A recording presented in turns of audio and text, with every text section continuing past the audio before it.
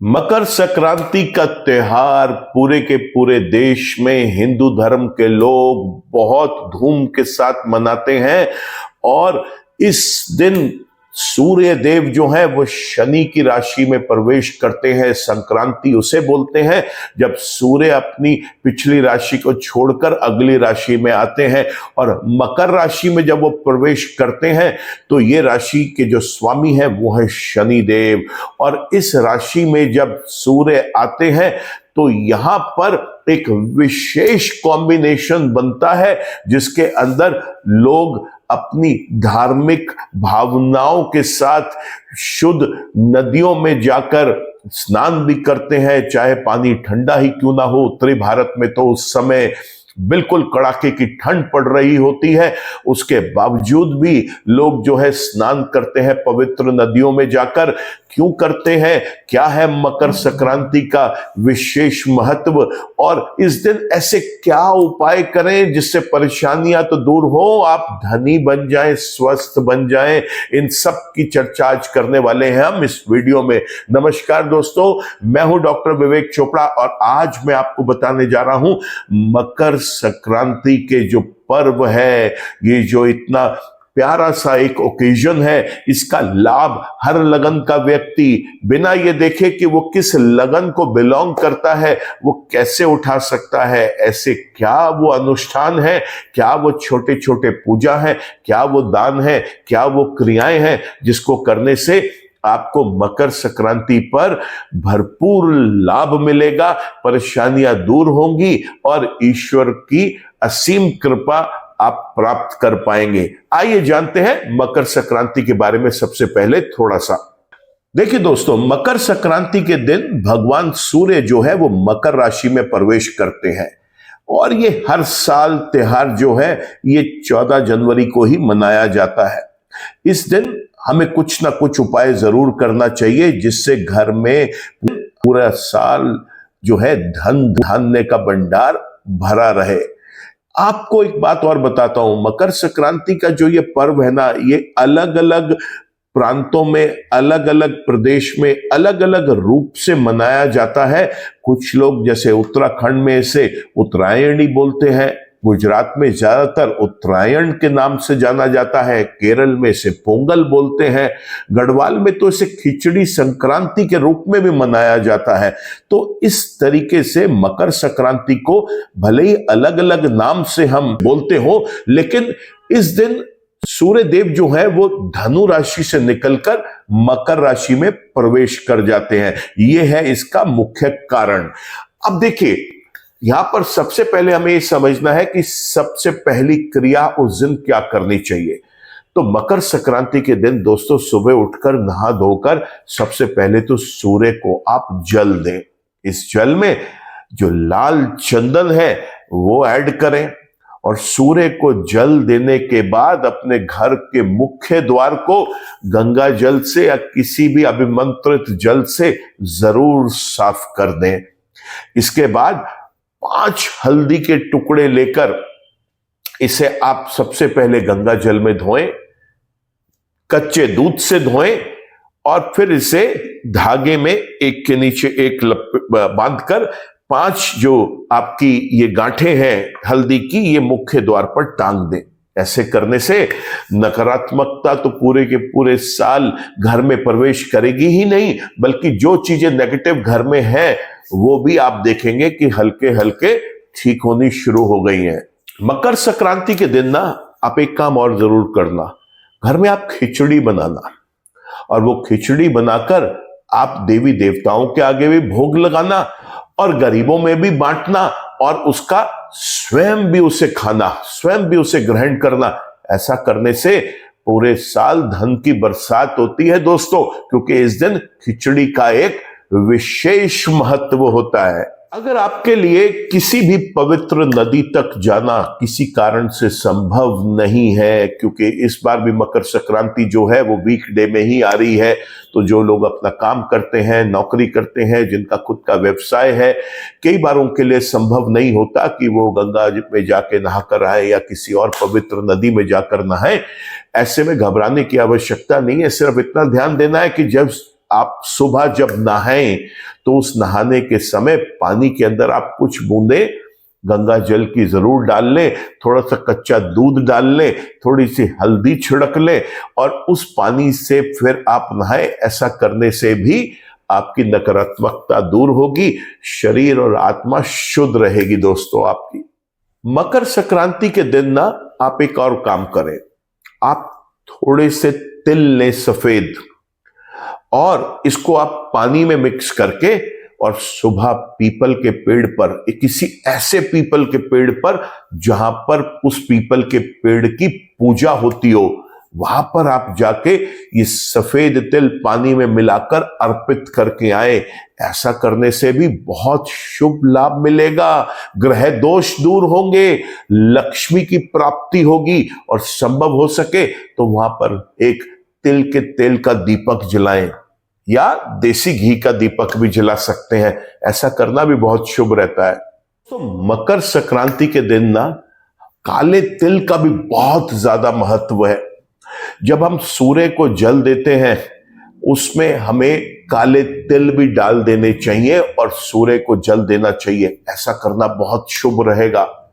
काले तिल के लड्डू बनाए जा सकते हैं जो कि गरीबों में दान किए जा सकते हैं, और स्वयं भी उसका आप ग्रहण कर सकते हैं। ये काले तिल के लड्डू गुड़ के प्रयोग के साथ बने तो बहुत अच्छा रहता है। दोस्तों, यहां पर जो हम खिचड़ी का दान भी करते हैं ना, वो खिचड़ी का दान भी काले तिल मिक्स करके उसके अंदर काले तिल को मिलाकर, कुछ लोग खिचड़ी पकाकर भी दान करते हैं, और नहीं तो खिचड़ी में जो भी सामग्री इस्तेमाल में आनी है वो दाल, चावल, काले तिल, तेल, घी, जो भी आप अपनी श्रद्धा अनुसार करना चाहते हैं, खासतौर से सेंधा नमक, काला नमक, ये चीजें आप किसी धर्म स्थल पे, मंदिर में, या कहीं भंडारा हो रहा हो, या किसी गरीब को भी आप दे सकते हैं अलग अलग सूखा, तो वो भी उसके काम आगे आएगा। बट इसमें काले तिल का विशेष महत्व है दान करने के लिए। आपको एक छोटा सा उपाय बता रहा हूं।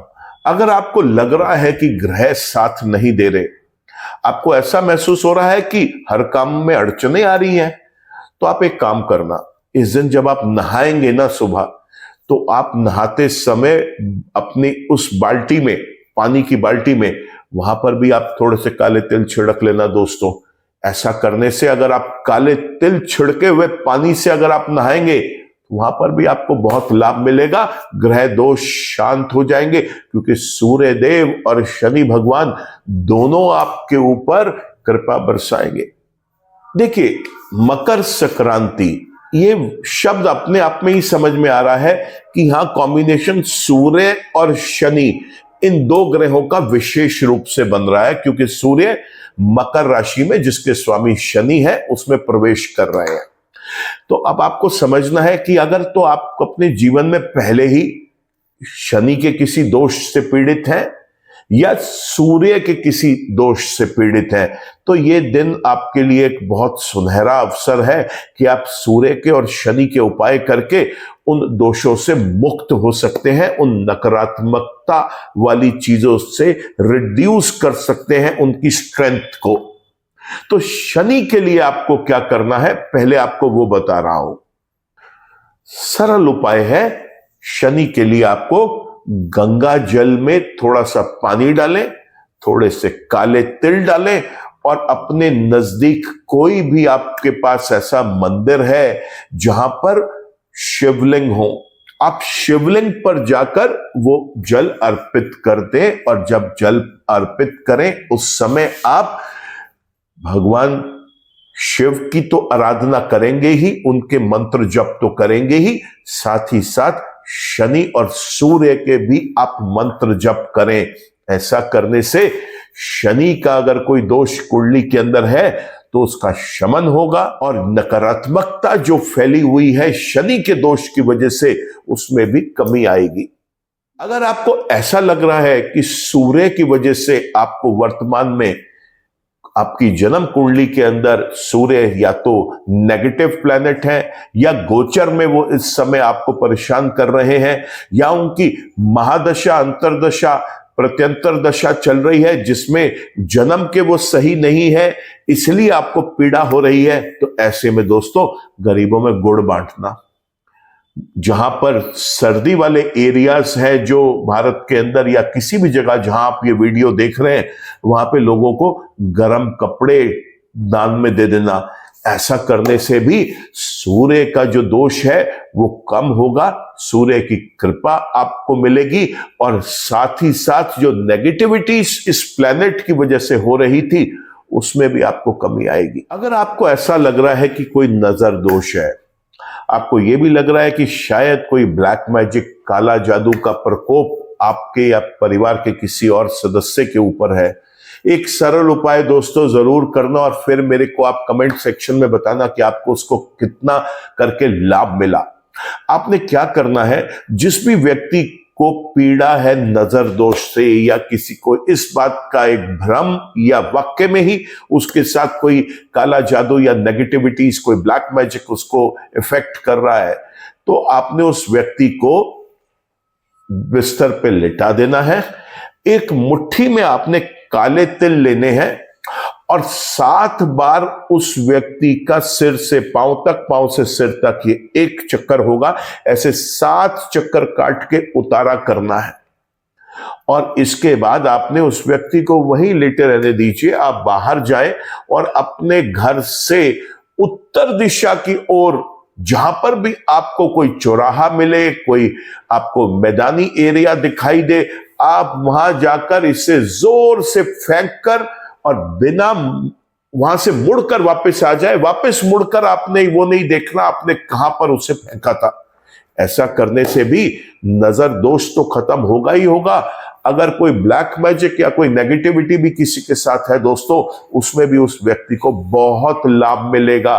कोई अगर व्यक्ति ऐसा है घर में जिसका रोग पीछा नहीं छोड़ रहे, उसके लिए भी आप इसी प्रयोग को कर सकते हैं। और यही काले तिल आपने उत्तर दिशा की ओर 7 बार घुमाकर उसके शरीर से फेंक कर आने हैं। ऐसा करने से भी बहुत लाभ मिलेगा। तो दोस्तों सरल भाषा में अगर हम समझें तो काले तिल, गुड़, खिचड़ी, गरम कपड़े और भोजन की पका हुआ या कच्चा सामान, ये गरीबों में मंदिर में बांटना बहुत शुभ है। स्वयं जब आप नहाएं तो उस बाल्टी में काले तिल का प्रयोग जरूर करें।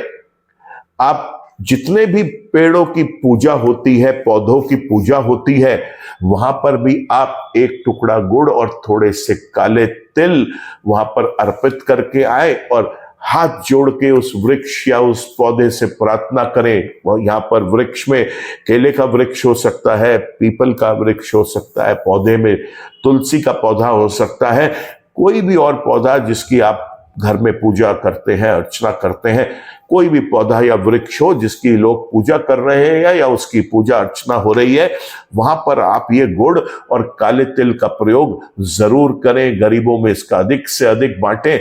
गंगा जल स्वयं पिए भी और गंगा जल डालकर नहाए भी और संभव हो तो तीर्थ स्थल पर जाकर नहा कर आए, वहां पर भी इन्हीं चीजों का ही आपको दान देकर आना है। ऐसा करने से सिर्फ लाभ मिलेगा, इसका कोई नुकसान नहीं है।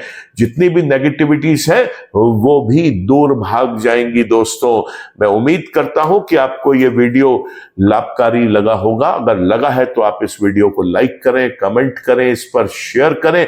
वीडियो चैनल अगर आपने सब्सक्राइब कर लिया है तो तहे दिल से शुक्रिया दोस्तों। अगर आप किसी कारण से अभी तक नहीं कर पाए सब्सक्राइब तो इसे सब्सक्राइब करें, बेल आइकन को भी क्लिक करें ताकि आगे के अपडेट्स आप तक पहुंचते रहें। आज के वीडियो में इतना ही दोस्तों। ईश्वर आप सबका भला करे। नमस्कार।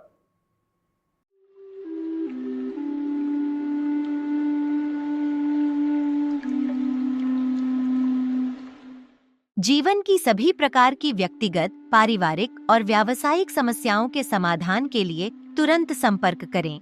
डॉक्टर विवेक चोपड़ा, पीएचडी, गोल्ड मेडलिस्ट, विश्व विख्यात ज्योतिषाचार्य एवं वास्तु एक्सपर्ट। कॉल अथवा व्हाट्सएप करें 9311131069 9212431069।